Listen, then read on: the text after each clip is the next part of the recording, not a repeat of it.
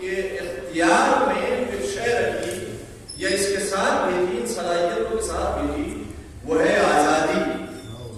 اختیار، خود مختاری، مجھے فرما رہے ہیں یہ چیز، اور خود مختاری دینے کے بعد، آزادی دینے کے بعد اللہ نے ایک شے کا اور انتظام کیا، وہ ہے ہادی. مجھے فرما رہے ہیں وہ ہے ہادی. یعنی اللہ نے ادھر صلاحیت یہ تھی، ان صلاحیتوں کے ساتھ ساتھ انسان کو اختیار دیا، آزادی عطا کی، اور پھر یوں ہی نہیں چھوڑا بلکہ اس کی ہدایت کے سورس دیے، جس میں سے عقل ہے، اسے حجت باطنی کہا جاتا ہے، اور ایک حجت ظاہری جسے انبیاء اور رسول اور ائمہ کہا جاتا ہے. توجہ فرما رہے ہیں. اب یہ چیزیں دینے کے بعد اللہ نے ایک اور مقام رکھا. توجہ فرمائیے گا، چونکہ یہ تسلسل ایسا ہے کہ اگر ذرہ برابر آپ کی توجہات ادھر سے ادھر ہوئی تو پھر تسلسل ٹوٹنے کا خطرہ. ان ساری چیزوں کو اللہ نے انسان کے وجود میں رکھنے کے بعد اور اس کو ادا کرنے کے بعد ایک مقام رکھا جسے مقام ملک کہا جاتا ہے. آسان زبان میں مقام ملک یعنی یہ دنیا، یعنی منفی اور مثبت صلاحیتیں دینے کے بعد، آزادی دینے کے بعد اور ہدایت کے سورس دینے کے بعد اللہ نے انسان کو کہاں بھیجا؟ اس عالم ملک میں، جسے عالم دنیا سے تعبیر کر لیجیے، دنیا کہہ لیجیے یا عالم ملک کہہ لیجیے، یہاں پر بھیجا. وجہ کیا ہے؟ کس لیے بھیجا؟ ریزن کیا ہے؟ فرمایا تاکہ ہم تمہاری آزمائش کریں، تمہارا امتحان لیں.